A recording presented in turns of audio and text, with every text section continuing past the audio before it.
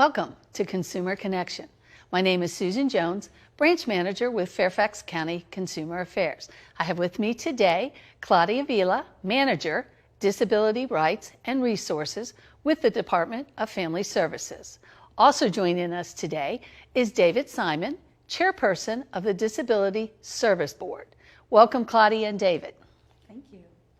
Now, the Department of Family Services' mission is to strengthen the well-being of our diverse community by protecting and improving the lives of all our children, adults, and families through assistance, partnership, advocacy, outreach, and quality service. And the Disability Service Board is a county board that advocates for residents with physical and sensory disabilities. Today's topic is going to focus on disability rights and resources. So, Claudia, you work for the Department of Family Services, Adult and Aging Division. Can you share exactly what the Adult and Aging Division does? Sure. So the Adult and Aging Division promotes and sustains a high quality of life for older adults, persons with disabilities, and their caregivers. And it does so by offering a mixture of services and resources provided through public and private sectors. There are several programs that are housed within this division, such as Adult Services, Adult Protective Services, the Fairfax Area Agency on Aging, and the unit that I manage, Disability Rights and Resources. Now, can you tell us a bit about the work that the Disability Rights and Resources actually does? Yeah, so our unit does a variety of things, but in the broadest sense, we are a referral-based unit.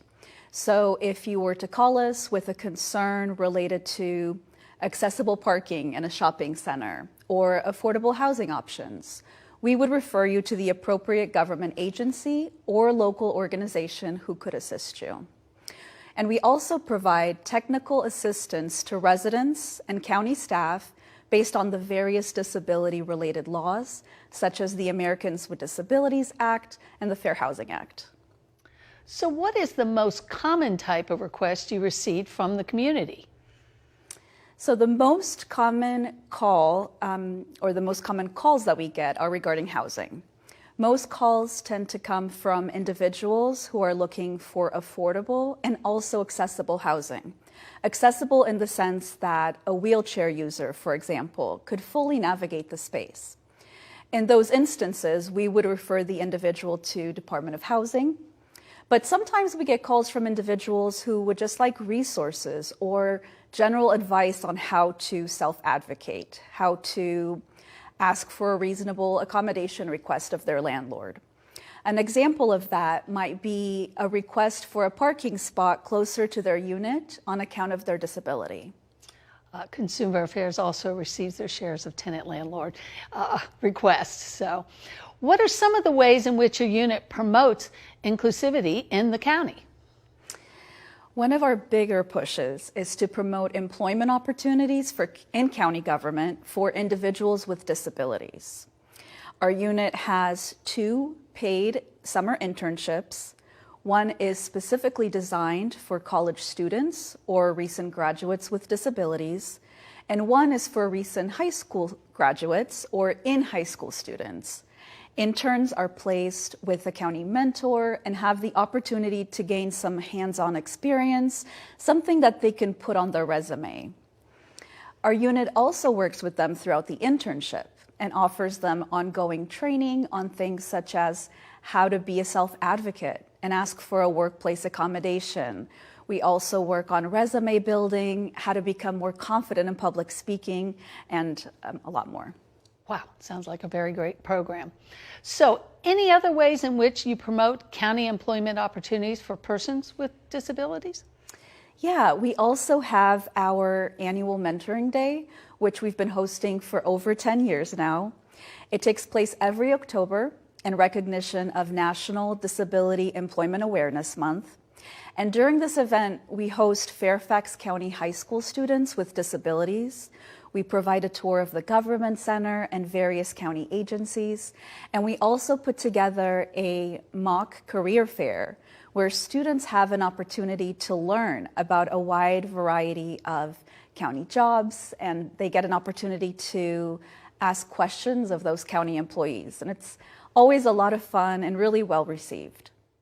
So what services do you provide directly to county staff?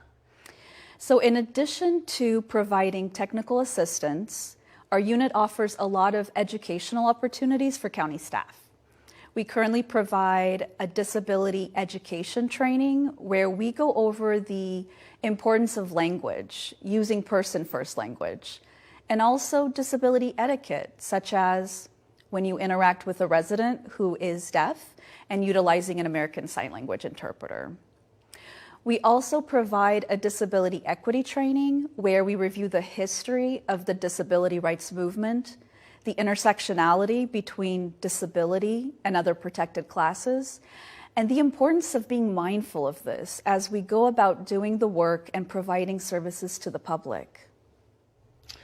So do you only work with county staff and persons who contact your unit directly?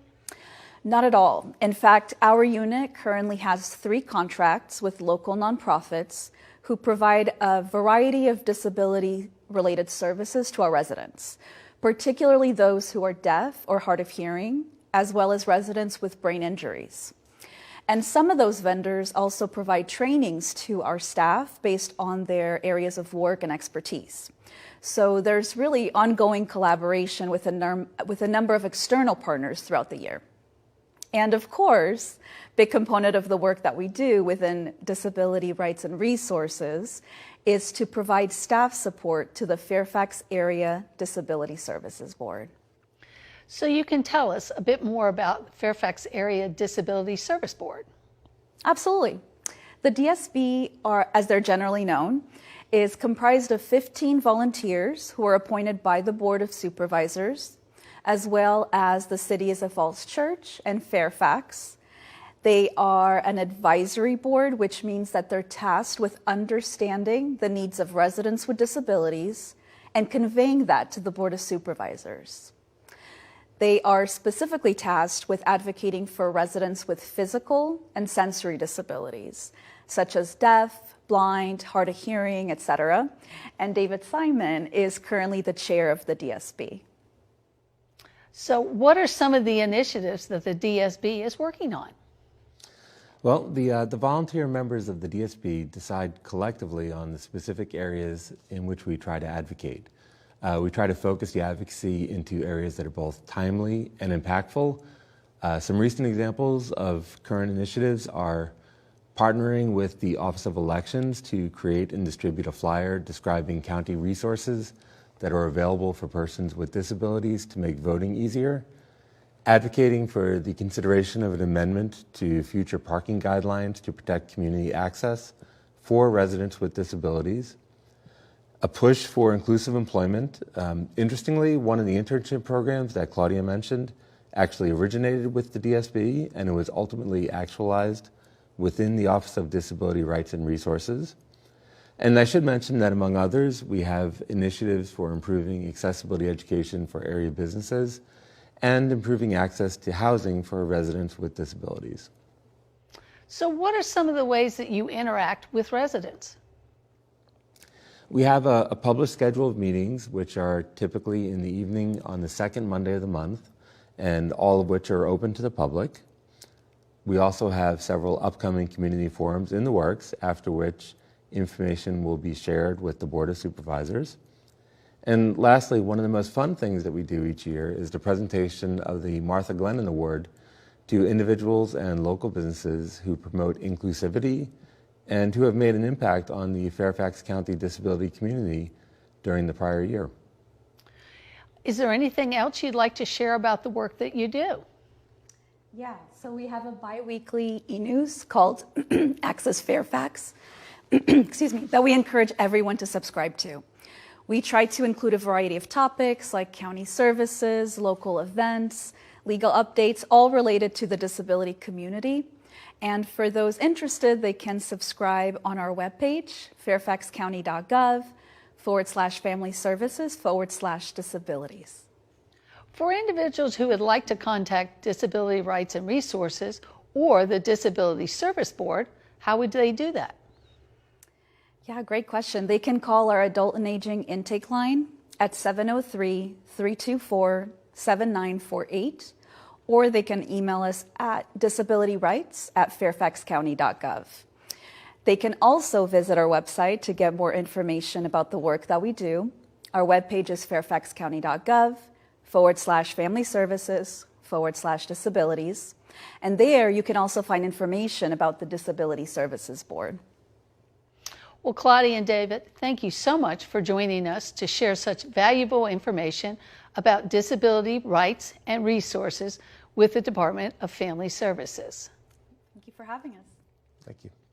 Now, if you have a consumer issue, please contact us at 703-222-8435.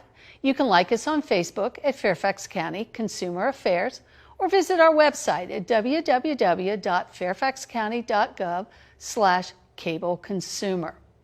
Join us next month for Consumer Connection. Have a great day.